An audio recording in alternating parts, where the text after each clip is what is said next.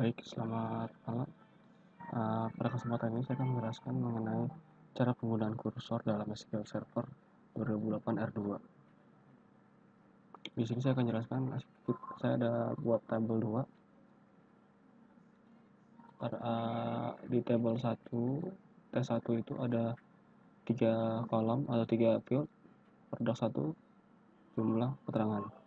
Di tes 2 itu ada di tabel tes 2 itu ada 2 field, nama dan total.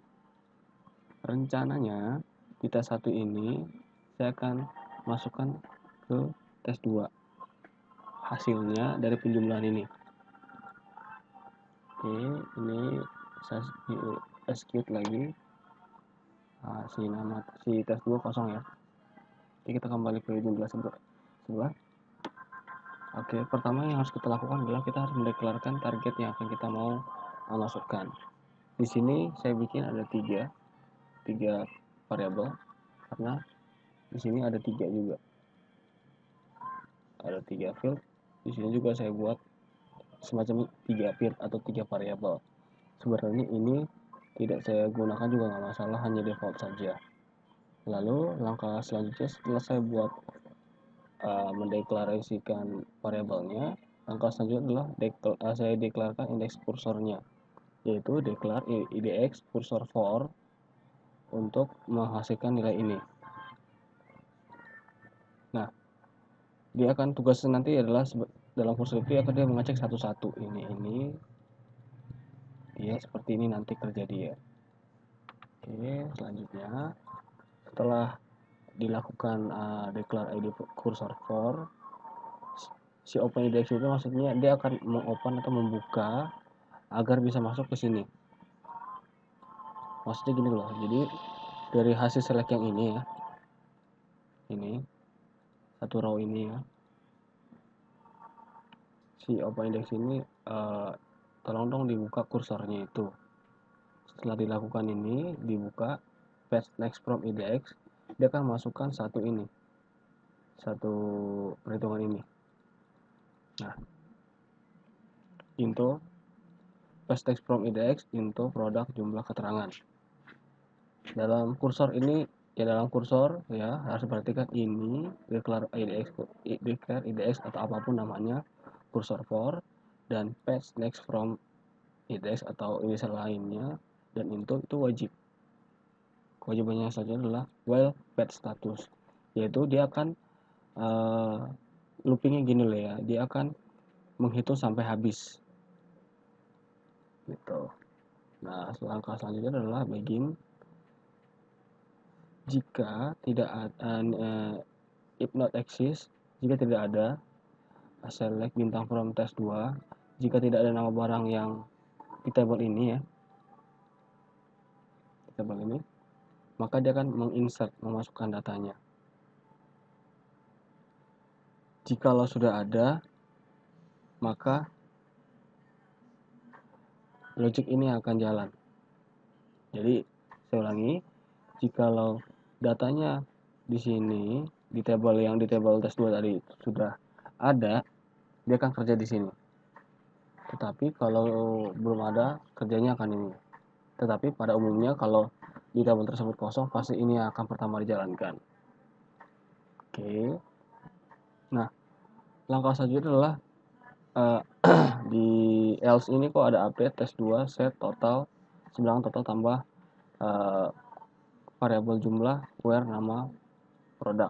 Maksudnya gini loh ya, jikalau nama table, jikalau di produk satu ini ya, contoh ya, perhatikan di samping ini kanan, jika produk satunya barang satu jumlah 15 itu sudah ada, maka dia akan melakukan update. Nah, update-nya itu adalah nilai yang tadi sebelumnya itu akan dihitung dan dijumlahkan ke variabel baru, nilai yang akan diinput ke baru atau ini. Oke. Setelah itu di end seperti ini. Di setiap ada bagian pasti ada end. Lalu selanjutnya adalah path text from idx. ini untuk mengambil data lagi, dia akan kembali lagi ke atas kembali ya, sampai hasilnya kosong.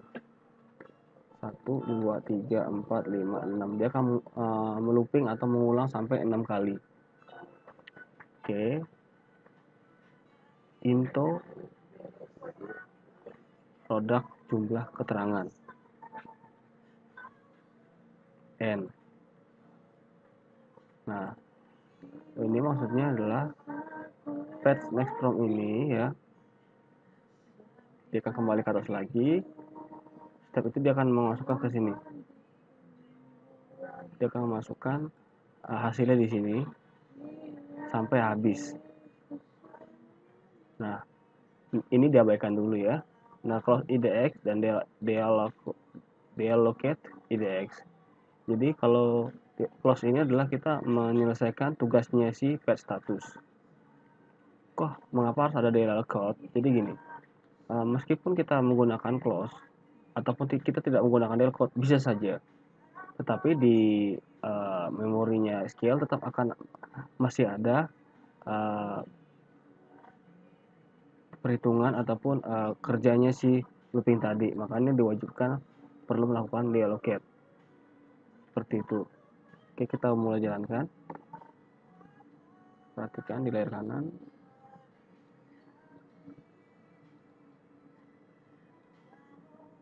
Saya ulangi ya.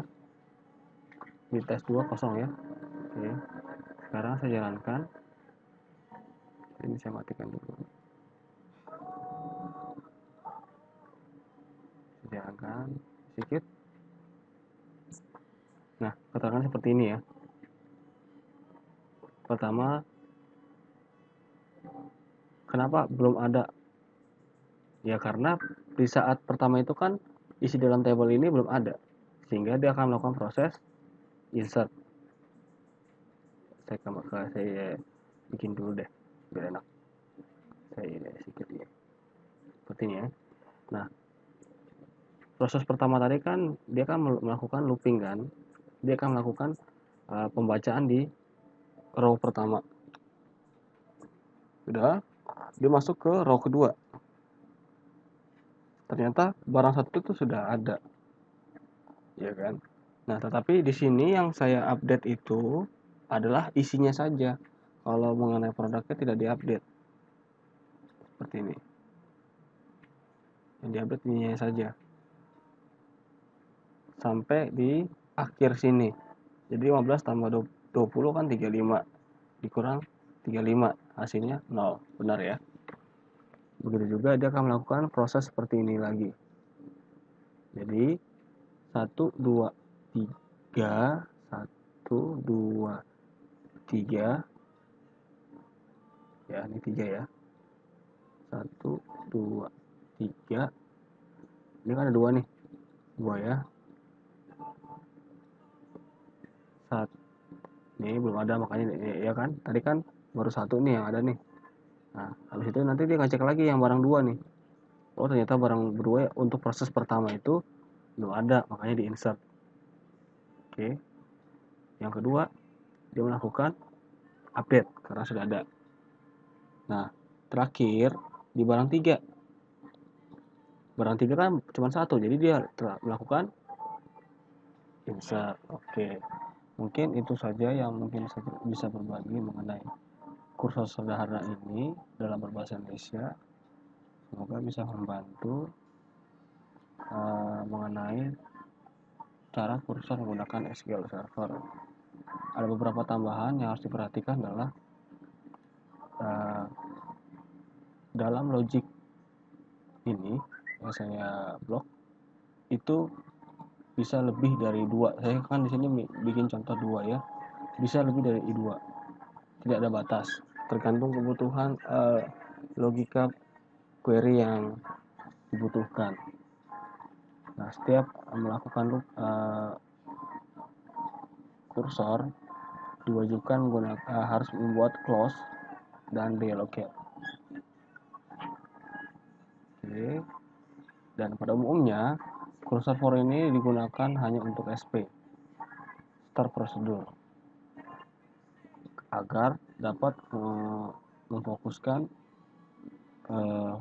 antara Visual Basic. Saya pribadi menggunakan VB dengan database SQL Server. Oke, mungkin cukup sekian saja query kursor sederhana ini. Next, kita akan kembali bertemu kembali. Terima kasih. Saya Ben.